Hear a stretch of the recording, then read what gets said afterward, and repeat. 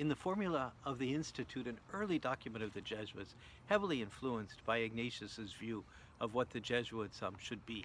And we find these words that the Society of Jesus should show itself no less useful in reconciling the estranged.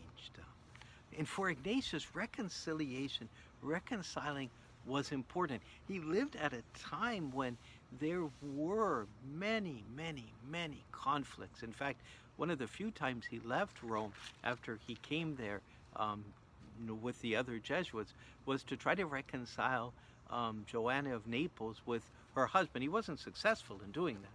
But that was only one episode. He was asked to do that. But he also would try to reconcile these different people who had these conflicts. Some of them were very public, some of them were very private.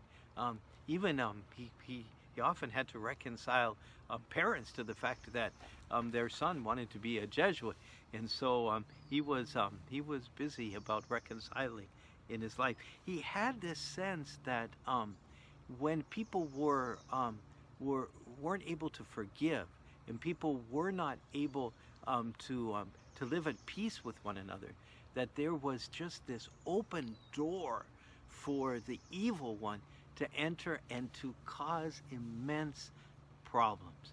And so reconciliation became very, very important for Ignatius, and part of the ministry that he really encouraged the Jesuits to do, and would send them to try to reconcile certain conflicts that would take place. And the reason I mention that for the wisdom of St. Ignatius now is that I find in my own life that I have to be challenged to reconcile. I don't know that I'm very good at just reconciling myself to people that I've had problems with. And I know it's a challenge. Ignatius stands as this figure, reconcile with people, reconcile with people. It's so important that forgiveness and maybe not even forgiveness, because that always implies that one was right and one can forgive. But even beyond that, to reconcile often means to recognize that we too have had a part in the break. And even if we haven't had such a part in the break, we know that through our sinfulness that the Lord has forgiven us so much.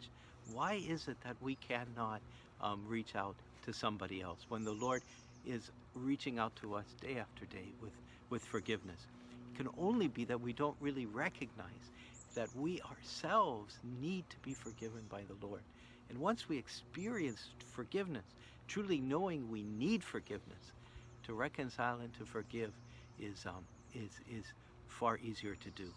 And the door shuts to the evil spirit who wants to enter in whenever he discovers, or whenever the evil spirit, he, she, whatever, discovers that there is an opening where there is a division, so the evil spirit can make that division even greater. So may we learn how to reconcile with other people. Now talk about this again in the context of our society trying to reconcile now. But for now, just we focus on the personal element in that, and we'll come back to the social element, which is vitally, vitally important. So that's the wisdom of St. Ignatius for today.